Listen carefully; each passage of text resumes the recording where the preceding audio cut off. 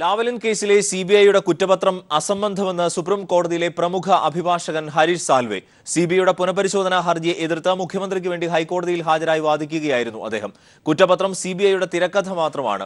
കരാറിൽ നിയമവിരുദ്ധമായി ഒന്നുമില്ലെന്നും കരാർ മൂലം സംസ്ഥാനത്തിന് നേട്ടം മാത്രമേ ഉണ്ടായിട്ടുള്ളൂവെന്നും രേഖകൾ ഹാജരാക്കി സാൽവെ വാദിച്ചു. സിബിഐയുടെ എതിർവാദത്തിനായി കേസ് ഈ മാസം 27-ലേക്ക് മാറ്റി. ലാവ്ലിൻ കരാറിൽ ഗൂഢാലോചനയുണ്ടെന്ന CBI വാദം അടിസ്ഥാനരഹിതമാണ്. CBI മുൻവിധിയോടെയാണ് കേസിനെ സമീപിച്ചതെന്ന് ഹരീഷ് സാൽവെ കോടതിയിൽ വാദിച്ചു. ഒരു തിരക്കഥ തയ്യാറാക്കി അതിനനുസരിച്ച് CBI കുറ്റപത്രം തയ്യാറാക്കുകയായിരുന്നു. വൈദ്യുതി പ്രതിസന്ധി രൂക്ഷമായപ്പോഴാണ് നവീകരണത്തിന് തീരുമാനിച്ചത്. പദ്ധതിയുടെ പൂർണ്ണ പ്രയോജനം സർക്കാരിനും സംസ്ഥാനത്തിനും ലഭിച്ചു. കരാറിന്റെയും സാമ്പത്തിക സഹായത്തിന്റെയും ചർച്ചകളെല്ലാം നടത്തിയത് ഇരു സർക്കാരുകൾ തമ്മിലായിരുന്നു. സാധ്യതാ പഠനം നടത്തിയില്ലെന്ന CBIയുടെ വാദം വസ്തുതാവിരുദ്ധമാണ്. ഇത് സംബന്ധിച്ച രേഖകൾ ഹരീഷ് സാൽവെ കോടതിയിൽ ഹാജരാക്കി. വൈദ്യുതി ബോർഡിന്റെ നിരവധി പദ്ധതികളുടെ നവീകരണം ലാവ്ലിൻ മുൻപ് വിജയകരമായി പൂർത്തിയാക്കിയിട്ടുണ്ട്. ലാവ്ലിന്റെ പദ്ധതി നിർവഹണ ശേഷിയിൽ CBI പോലും സംശയമോ തർക്കമോ ഉന്നയിച്ചിട്ടില്ലെന്നും ഹരീഷ് സാൽവെ വാദത്തിനിടെ ചൂണ്ടിക്കാട്ടി. അന്താരാഷ്ട്ര തലത്തിലുള്ള സാങ്കേതിക കരാറാണിത്. വൈദ്യുതി മന്ത്രിയായിരുന്ന പിണറായി വിജയന്റെ ഇടപെടൽ മൂലം 32 കോടി രൂപയുടെ സാമ്പത്തിക നേട്ടം ഉണ്ടായി. കനേഡിയൻ സാമ്പത്തിക സഹായം ലഭ്യമാക്കുന്നതിനായാണ് ബെല്ലിനെ ഒഴിവാക്കിയത്. മലബാർ ക്യാൻസർ സെന്ററിനുള്ള ധനസഹായം ആദ്യ കരാറിന്റെ ഭാഗമല്ല. CSRന്റെ ഭാഗമായി വാഗ്ദാനം ചെയ്ത ധനസഹായം ലഭിക്കാതെ പോയത് പിന്നീട് വന്ന സർക്കാർ തുടർ നടപടി സ്വീകരിക്കാത്തതുകൊണ്ടാണെന്നും ഹരീഷ് സാൽവെ ചൂണ്ടിക്കാട്ടി. വസ്തുതകൾ ഇതായിരിക്കെ പിണറായി വിജയനെ പ്രതിയാക്കാൻ CBI തിരക്കഥയുടെ അടിസ്ഥാനത്തിൽ കുറ്റപത്രം തയ്യാറാക്കുകയായിരുന്നുവെന്നും ഹരീഷ് സാൽവെ വാദിച്ചു. News bureau, Kochi. മലപ്പുറത്ത് കോലീബി സഖ്യത്തിന് നീക്കം. സംസ്ഥാന ജില്ലാ നേതൃത്വങ്ങളുടെ നീക്കത്തിനെതിരെ പ്രാദേശിക നേതാക്കൾ എതിർപ്പുമായി രംഗത്ത് വന്നു. കുഞ്ഞാലിക്കുട്ടിക്കെതിരെ ദുർബല സ്ഥാനാർത്ഥിയെ നിർത്തി തെരഞ്ഞെടുപ്പിനെ നേരിടാനാണ് BJPയുടെ നീക്കം. 14-ന് സ്ഥാനാർത്ഥി പ്രഖ്യാപനം നടത്തുമെന്ന് BJP അറിയിച്ചിരുന്നുവെങ്കിലും ഇതുവരെ അതിനുള്ള നടപടി BJP സ്വീകരിച്ചിട്ടില്ല. 91-ൽ വടകരയിലും ബേപ്പൂരിലും കണ്ട കോലീബി സഖ്യത്തിനുള്ള അണിയറ നീക്കമാണ് സംസ്ഥാന നേതൃത്വം നടത്തുന്നതെന്നാണ് BJP പ്രാദേശിക ഘടകങ്ങളുടെ ആക്ഷേപം. ശക്തനായ സ്ഥാനാർത്ഥി നിർത്തണമെന്ന മലപ്പുറത്തെ പ്രാദേശിക BJP ഘടകങ്ങൾ ആവശ്യപ്പെട്ടിരുന്നു. എന്നാൽ ദുർബലനായ സ്ഥാനാർത്ഥി മതിയെന്ന് സംസ്ഥാന തലത്തിൽ ധാരണയായി. BJP കോർ കമ്മിറ്റി യോഗത്തിൽ ഇതിനെതിരെ പ്രതിഷേധവും ഉയർന്നു. ഇത് വകവെക്കാതെ കഴിഞ്ഞ തവണ മത്സരിച്ച BJP മലപ്പുറം ജില്ലാ സെക്രട്ടറിമാരിൽ ഒരാളായ അഡ്വക്കേറ്റ് ശ്രീപ്രകാശിനെ തന്നെ മത്സരിപ്പിക്കാനാണ് സംസ്ഥാന നേതൃത്വത്തിന്റെ തീരുമാനം. ശോഭാ സുരേന്ദ്രൻ അടക്കമുള്ള സംസ്ഥാന നേതാക്കളെ മത്സരിപ്പിക്കണമെന്ന ആവശ്യം പ്രാദേശിക ഘടകത്തിൽ നിന്ന് ഉയർന്നു വന്നിരുന്നു. BJP കേന്ദ്ര നേതൃത്വം ഇക്കാര്യത്തിൽ ഇതുവരെ നിലപാടെടുത്തിട്ടുമില്ല. തങ്ങൾക്ക് അനുകൂലമായ നിലപാടെടുക്കുമെന്ന പ്രതീക്ഷയിലാണ് പ്രാദേശിക BJP നേതാക്കൾ. തെരഞ്ഞെടുപ്പിന്റെ പ്രാധാന്യം കേന്ദ്ര നേതൃത്വം മനസ്സിലാക്കുമെന്നും അവർ വിശ്വസിക്കുന്നു. കഴിഞ്ഞ ലോക്സഭാ തെരഞ്ഞെടുപ്പിൽ BJP സ്ഥാനാർത്ഥിയായിരുന്ന ശ്രീപ്രകാശിന് 64,705 വോട്ടാണ് ലഭിച്ചത്. തുടർന്ന് നടന്ന അസംബ്ലി തെരഞ്ഞെടുപ്പിൽ 74,000-ൽ പരം വോട്ട് മലപ്പുറം ലോക്സഭയ്ക്ക് കീഴിൽ വരുന്ന 7 മണ്ഡലങ്ങളിൽ നിന്ന് BJPക്ക് കിട്ടി. ഇത് വർദ്ധിപ്പിക്കാനോ നിലനിർത്താനോ കഴിയണമെങ്കിൽ ശക്തനായ സ്ഥാനാർത്ഥി വേണമെന്ന അഭിപ്രായമാണ് BJP കീഴ്ഘടകങ്ങൾക്കുള്ളത്. AK Latheesh, Malappuram. താനൂരിൽ CPM സംഘടിപ്പിച്ച സ്വീകരണ പരിപാടിയിൽ മുഖ്യമന്ത്രി പിണറായി വിജയൻ സംസാരിക്കുന്നു. തത്സമയം BJPയുടെ നേതൃത്വത്തിലുള്ള NDA ഗവൺമെന്റ് യഥാർത്ഥത്തിൽ RSS ആണ് ആ സർക്കാരിന് നേതൃത്വം കൊടുക്കുന്നത്. ഇതിന്റെ ഫലം നമ്മുടെ രാജ്യം പല രീതിയിൽ അനുഭവിച്ചുകൊണ്ടിരിക്കുകയാണ്. ഒരു ഭാഗത്ത് മതനിരപേക്ഷത തകർക്കാനുള്ള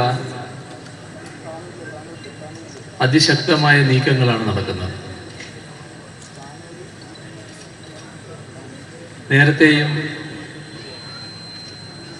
BJP അധികാരത്തിലെത്തിയപ്പോൾ അത്തരം നീക്കങ്ങൾ അവരുടെ ഭാഗത്തുണ്ടായതാണ്. ഇപ്പോ തങ്ങളുടെ ശക്തി വർദ്ധിപ്പിക്കാൻ വർഗീയ സംഘർഷങ്ങൾ ഉണ്ടാക്കുക, വർഗീയ കലാപങ്ങൾ ഉയർത്തുക, അങ്ങനെ വന്നാൽ തങ്ങളുടെ കരുത്ത് വർദ്ധിപ്പിക്കാൻ കഴിയും എന്നാണ് RSSും സംഘപരിവാറും കണക്കൂട്ടുന്നത്. അതിനുതകുന്ന ഓരോ മാർഗങ്ങൾ അവർ സ്വീകരിച്ചുകൊണ്ടിരിക്കുകയാണ്. ഇതിന് വലിയ തോതിൽ ഇരയാകുന്നത് രാജ്യത്തിലെ ന്യൂനപക്ഷ വിഭാഗങ്ങളാണ്. മതനിരപേക്ഷത വേണ്ടെന്നും ഒരു മതാധിഷ്ഠിത രാഷ്ട്രമായി ഇന്ത്യ മാറണമെന്നും RSS ആഗ്രഹിക്കുക മാത്രമല്ല അതിനുവേണ്ടി ശക്തമായ കരുനീക്കങ്ങളാണ് നടത്തിക്കൊണ്ടിരിക്കുന്നത്. വളർന്നു വരുന്ന തലമുറയെ തങ്ങളുടെ ചിന്താഗതിയിലേക്ക് ആകർഷിക്കുന്നതിന് വേണ്ടി വിദ്യാഭ്യാസ മേഖലയെ കാവ്യവൽക്കരിക്കാനാണ് ഒരു ഭാഗത്ത് ശ്രമം. പാഠപുസ്തകങ്ങളിൽ, സിലബസിൽ തങ്ങളുടെ ആശയം കുത്തിച്ചെലുത്താനാണ് സംഘപരിവാർ ശ്രമിക്കുന്നത്. ഇതിന്റെ ഭാഗമായി മതനിരപേക്ഷതയ്ക്ക് പകരം അങ്ങേയറ്റത്തെ വർഗീയ വികാരം ഉയർത്തിക്കൊണ്ടുവരാനാണ് നീക്കങ്ങൾ ഉണ്ടാകുന്നത്. ഇത് നമ്മുടെ രാജ്യത്തിന് അത്യന്തം ആപത്തുളവാക്കുന്ന കാര്യമാണ്. സംഭവങ്ങളുടെ വിശദാംശങ്ങളിലേക്കൊന്നും ഈ ഘട്ടത്തിൽ ഞാൻ പോകുന്നില്ല. ഓരോന്നും നമ്മുടെ മനസ്സിലേക്ക് ഇങ്ങനെ അലയടിച്ചു വരുന്നതാണ് ഈ കാര്യം പറയുമ്പോൾ. കഴിക്കുന്ന ഭക്ഷണത്തെ ചൊല്ലി ആളെ കൊന്ന സംഭവങ്ങൾ, പശുവിൻ്റെ പേരിൽ ആക്രമിച്ചതും കൊലപ്പെടുത്തിയതുമായ സംഭവങ്ങൾ, അങ്ങനെ ഏതിൻ്റെ പേരിലും ആളുകളെ കൊലപ്പെടുത്താൻ, വർഗീയ സംഘർഷങ്ങൾ വർദ്ധിപ്പിക്കാൻ സംഘപരിവാറിന്റെ നീക്കങ്ങൾ നടക്കുക. ഇതിനെതിരെ പൊതുവിലുള്ള ജാഗ്രത പാലിച്ചു പോകാൻ കഴിയണം. ഇപ്പോ ചില സംസ്ഥാനങ്ങളിൽ തെരഞ്ഞെടുപ്പ് നടന്നു. ആ തെരഞ്ഞെടുപ്പിൽ BJPക്ക് ഭൂരിപക്ഷം കിട്ടിയ സംസ്ഥാനങ്ങളുണ്ട്. ഇതിലിപ്പോ ഉത്തർപ്രദേശിൽ കഴിഞ്ഞ ലോക്സഭാ തെരഞ്ഞെടുപ്പ് എടുത്താൽ BJP നേടിയ വിജയവുമായി താരതമ്യപ്പെടുത്തിയാൽ അത്രത്തോളം വിജയം നേടാൻ കഴിഞ്ഞില്ല എന്നാണ് കാണാൻ സാധിക്കുക. പക്ഷെ ആ പിറകിൽ പോയത് ലോക്സഭാ തെരഞ്ഞെടുപ്പിന്റെ ഘട്ടത്തിൽ ജയിച്ച നിയമസഭാ മണ്ഡലങ്ങളും കിട്ടിയ വോട്ടിന്റെ ശതമാനവും ഇപ്പോഴത്തെ നിയമസഭാ തെരഞ്ഞെടുപ്പുമായി താരതമ്യപ്പെടുത്തിയാൽ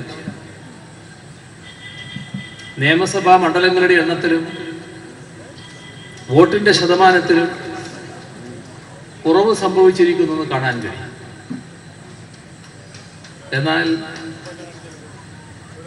അതിനെ മഹാവിജയമായി ചിത്രീകരിക്കാനാണ് BJP ശ്രമിക്കുന്നത്. അവിടെ വിജയിക്കുന്നതിന് ഉപയോഗിച്ചതും ഇതേ തന്ത്രം തന്നെയാണ്. കടുത്ത വർഗീയതയാണ് അവിടെ ഇളക്കി വിട്ടത്. ഇതൊരു ഭാഗം. എന്നാൽ സാധാരണ നിലക്കുള്ള ജനാധിപത്യ മര്യാദ ഗോവയിലും മണിപ്പൂരിലും മറ്റും നിഷേധിച്ചതായിട്ടാണ് കാണാൻ സാധിക്കുക. പാർലമെന്ററി സമ്പ്രദായത്തിൽ അംഗീകരിക്കപ്പെടുന്ന കീഴ്വഴക്കമുണ്ട്. ആ കീഴ്വഴക്കം പാലിക്കാൻ തയ്യാറായില്ല. അത് പാലിക്കേണ്ടതില്ല എന്ന് ഗവർണറോട് നിർദ്ദേശിക്കും എന്നാണ് പൊതുവെ അനുമാനിക്കുന്നത്. ഇത്തരത്തിൽ നീങ്ങിയാൽ നമ്മുടെ രാജ്യത്തിന്റെ ഭാവി എന്താകും? ജനാധിപത്യത്തിന്റെ ഭാവി എന്താകും? ഇവിടെ ചിന്തിക്കേണ്ട വേറൊരു പ്രശ്നം, കോൺഗ്രസ് പാർട്ടി ഗോവ പോലൊരു സംസ്ഥാനം, ഗോവയിലെ കോൺഗ്രസിന്റെ മുഖ്യമന്ത്രിയായി വരാൻ കാണുന്ന നേതാവ്, അദ്ദേഹത്തെയാണ് മുഖ്യമന്ത്രിയാക്കാൻ കോൺഗ്രസ് കണ്ടത്. അദ്ദേഹം ജയിച്ചു. കോൺഗ്രസ് നിയമസഭയിൽ ഏറ്റവും വലിയ ഒറ്റക്കക്ഷിയായി. സാധാരണ നിലക്ക് ഏറ്റവും കൂടുതൽ ഭൂരിപക്ഷമുള്ള കക്ഷി തങ്ങളെ ഗവൺമെന്റ് രൂപീകരിക്കാൻ ക്ഷണിക്കണമെന്ന് ഗവർണറോട് ആവശ്യപ്പെട്ടു. താനൂരിൽ CPM നൽകിയ സ്വീകരണത്തിൽ മുഖ്യമന്ത്രി പിണറായി വിജയൻ സംസാരിക്കുകയായിരുന്നു. താനൂരിൽ CPM നൽകിയ സ്വീകരണത്തിൽ മുഖ്യമന്ത്രി പിണറായി വിജയൻ മതനിരപേക്ഷത സംരക്ഷിക്കാനുള്ള എല്ലാ പ്രവർത്തനങ്ങളുടെയും മുന്നിൽ അവർ വേണ്ടേ? തങ്ങളുടെ മുഖ്യമന്ത്രി സ്ഥാനാർത്ഥിയായി കണ്ടയാള് തന്നെ ഗോവ പോലൊരു സംസ്ഥാനത്ത്, ഒരു സാധാരണ ആളല്ലാരും,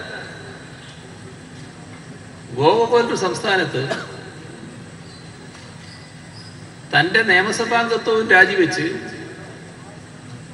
കോൺഗ്രസ് പാർട്ടിയിലെ സ്ഥാനവും രാജിവെച്ച് വ്യക്തമായ സൂചന നൽകിയല്ലേ ഞാൻ അപ്പുറം പോവുകയാണ്. ഇതിൽ പരം പറയാനില്ല.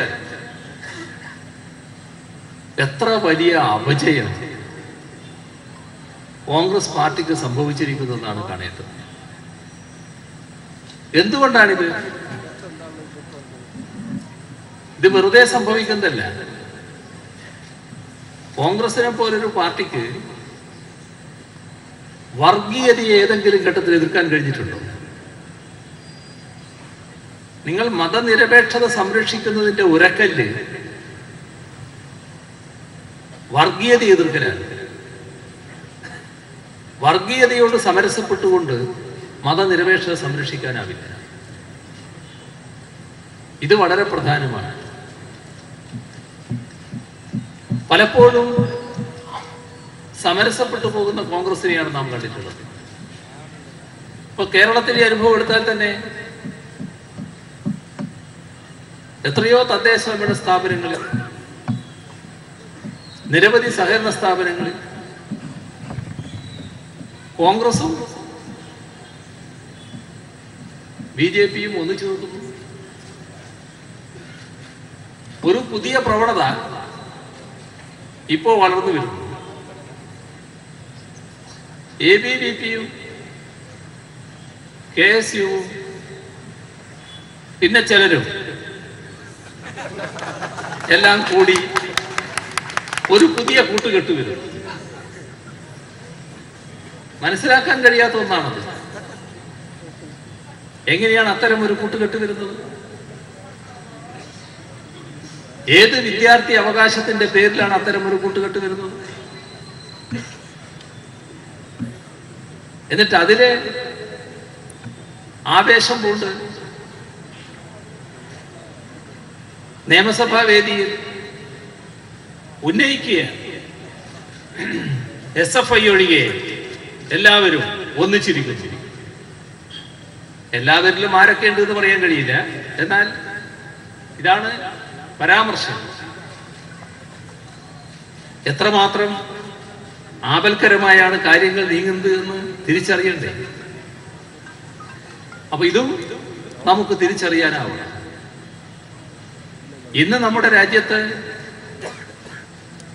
ശരിയായ രീതിയിൽ മതനിരപേക്ഷത സംരക്ഷിക്കാൻ വേണ്ടിയുള്ള പോരാട്ടത്തിന്റെ മുൻപന്തിയിൽ നിൽക്കുന്നത് ഇടതുപക്ഷം മാത്രമാണ്. ഇടതുപക്ഷം മാത്രം നിന്നുകൊണ്ട് ഈ പോരാട്ടം പൂർണ്ണ വിജയത്തിലേക്ക് എത്തിക്കാൻ കഴിയുമെന്ന വ്യാമോഹത്തിലൊന്നുമല്ല ഞങ്ങൾ. ഇതിന് കൂടുതൽ വിശാലമായി യോജിപ്പ് വേണം. പക്ഷെ ആ വിശാലമായ യോജിപ്പിന് തയ്യാറാവണ്ടേ? അതിനുതകുന്ന സമീപനം വേണ്ടേ? നമ്മുടെ രാജ്യത്ത് പ്രവർത്തിക്കുന്ന നിരവധി പ്രാദേശിക പാർട്ടികളുണ്ട്, സംസ്ഥാന അടിസ്ഥാനത്തിൽ പ്രവർത്തിക്കുന്ന പാർട്ടികളുണ്ട്. അത്തരം പാർട്ടികളിൽ പലതും തങ്ങളുടെ താല്പര്യ സംരക്ഷണാർത്ഥം ഈ പറയുന്ന മതനിരപേക്ഷതയെ അപകടപ്പെടുത്താൻ ശ്രമിക്കുന്നവരുടെ കൂടെ കൂടാൻ മടി കാണിക്കാത്തവരാണ്. ഈ ദൗർബല്യം തിരുത്തേണ്ടതുണ്ട്. അത് തിരുത്തുന്നതിനാവശ്യമായ പൊതുവായൊരു മുന്നേറ്റം നമ്മുടെ രാജ്യത്ത് ഉയർന്നു വരേണ്ടതുണ്ട് എന്ന് തന്നെയാണ് ഇടതുപക്ഷം കാണുന്നത്. മറ്റുള്ളവർക്കുള്ള ദൗർബല്യം കണക്കാക്കി ഇടതുപക്ഷം തങ്ങളുടെ ചുമതല നിറവേറ്റാതിരിക്കില്ല. ഈ ചുമതല ശരിയായ രീതിയിൽ നിറവേറ്റാൻ തന്നെയാണ് ഇടതുപക്ഷം തയ്യാറാവുക. ഇന്ന് കേരളത്തിലെ LDF ഗവൺമെന്റ് അധികാരത്തിലിരിക്കുന്നു. എന്താണ് കേരളത്തോട് കേന്ദ്രം സ്വീകരിക്കുന്ന സമീപനം? വളരെ വിചിത്രമായതാണല്ലോ. കേരളത്തിൽ സർവകക്ഷി യോഗം ചേർന്നു. അതില് രണ്ട് പ്രധാന പ്രശ്നങ്ങളാണ് എടുത്തത്. ഒന്ന് റേഷൻ തന്നെ. റേഷൻ നമുക്ക് കൃത്യമായി നൽകണമെങ്കിൽ റേഷൻ വിഹിതം കൃത്യമായി ലഭിക്കണം. ഇപ്പൊ ഭക്ഷ്യഭദ്രതാ നിയമം നടപ്പാക്കിയതോടെ നമുക്ക് മുൻപ് കിട്ടിയതിൽ നിന്നും 2 ലക്ഷം ടൺ ഭക്ഷ്യധാന്യത്തിന്റെ കുറവുണ്ട്. ഇത് നമ്മുടെ റേഷനിങ്ങിനെ വല്ലാതെ പ്രതികൂലമായി ബാധിക്കുന്നതാണ്. എല്ലാ കക്ഷികളും കൂടി യോഗം ചേർന്നു. വേറെ ഒരു മാർഗവും ഇല്ല, കേന്ദ്രം ഇത് അനുവദിച്ചു തരും. കേരളത്തിലെ സ്റ്റാറ്റ്യൂട്ടറി റേഷനിങ് എത്രയോ കാലമായി നിലനിൽക്കുന്നതായിരുന്നു. അതാണ് ഇപ്പൊ ഇല്ലാതായിരിക്കുന്നത്. ഇല്ലാതാക്കുന്നതിന് തുടക്കം കുറിച്ചത് കോൺഗ്രസ് ആണ്, അതൊരു വസ്തുതയാണ്. പക്ഷെ ഇപ്പൊ പൂർണ്ണമായി ഇല്ലാതായിരിക്കുന്നത്. നേരത്തെ എഡീഷണൽ കോട്ട തരുമായിരുന്നു,